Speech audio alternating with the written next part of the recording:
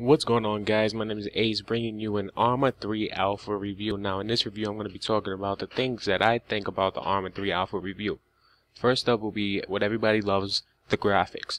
The graphics are way better improved from Arma 2, and everything in the game looks absolutely beautiful.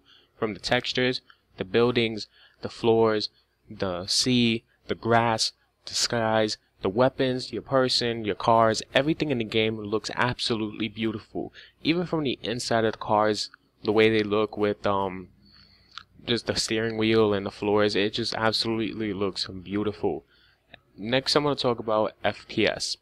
A lot of people, even with good computers, have been complaining about how the FPS has still been suffering. Arma 3 have been, the creators of Arma 3 have been saying that that's a problem that they are trying to fix, but it's actually suffering a lot. I get about 30 to 35 FPS in one game, and then out of nowhere I'm going 10 FPS. That's horrible. Anybody that knows about computer gaming, that is horrible.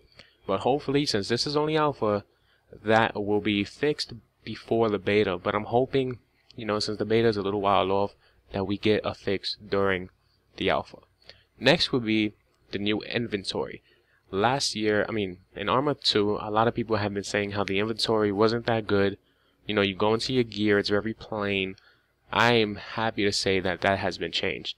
Now you have basically, if you have a vest with, weapon holders or whatever, you can fill that up, and you can also fill up your backpack. So that means you can hold, for an example, you can have an AK-47, just to say, AK-47 with about 12 to 15 mags. Thank God.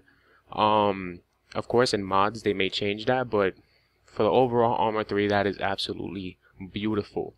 Next will be dynamic lighting. The dynamic lighting is, I have to say, top notch. You can drive a car on a sunny day and then just turn the right corner where you see the sun beam right off the windshield, and it blinded me a couple of times. I did not know where I was going and wound up going off a cliff. So that's just something that shows you how much time they put into the graphics and the dynamic lighting and the inventory systems. But next we're going to go into the almighty gameplay. Of course, the gameplay is still a little bit ruggish to me, but the gameplay is pretty good. The running is way better. There's no more stiff running like in Arma 2. Of course, they changed around the controls, but there's nothing to complain about. Now, in order to walk, you need to hold W and tap S to walk. To run, you need to hold W and shift. So it's it's a little bit of a change, but there's nothing too major. The way the guns fire, same thing with your mouse. Right click is to aim down your sights, and left click is to shoot. So other than that, the gameplay, I have nothing to complain about. Next is the map editor. Map editor is back and better than ever. I have to say, me and a couple of my friends have been stuck on map editor, just creating these crazy scenarios, and there's a lot of fun times that we've had so far with the 12 hours that we played. And that's all I can say is I'm impressed so far the way the alpha's been. Next is, let's see, improved missiles and explosions.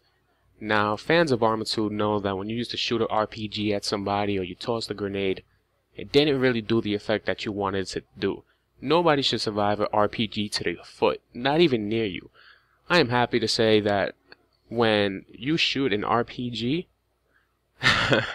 it has a radius to kill everybody. I remember shooting one RPG and it took out 4 people at the same time. That is some crazy improvement. And plus the smoke and everything that comes off the ground, I have to say I'm once again impressed with that. One thing that takes away from the alpha is the random crashing of the program and the servers. Now, the game randomly goes into a I'm gonna crash on you phase where it just crashes and the servers won't connect. While you're trying to connect to a server, the server would just crash. Hopefully, this is just temporary and they'll fix it right away before beta. I'm hoping they fix it during alpha, because there's a lot of people that play alpha still. But if I had to give this game a rating from 1 to 10, I would give it a 7.9, hoping that all these problems I addressed of the FPS and the service crashing will be fixed sooner or later. I am doing a giveaway. Since I bought the game, I have 4 product keys to give out.